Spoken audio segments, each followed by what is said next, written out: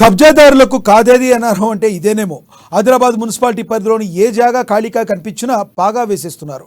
అక్రమంగా నిర్మాణాలు చేపట్టడమే కాకుండా వాటిని దర్జాగా లీజుకు ఇచ్చేసి సొమ్ము చేసుకుంటున్నారు. వారిపై చర్యలు తీసుకోవాల్సిన బల్దియా అధికారులు చూసి చూడనట్లుగా వ్యవహరిస్తూనే నారనే విమర్శలు కూడా వెల్లువెత్తుతున్నాయి.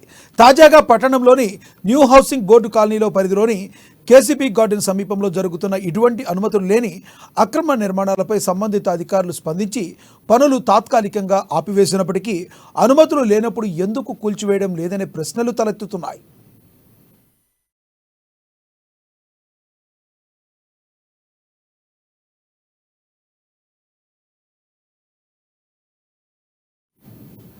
రెండు రోజుల కిందట బల్దియా కమిషనర్ శైలజ నోటీసులు జారీ చేసి స్థలానికి సంబంధించి డాక్యుమెంట్స్ చూపించాలని కోరినప్పటికీ సదరు వ్యక్తి నుండి ఎలాంటి పత్రాలు రాలేదు.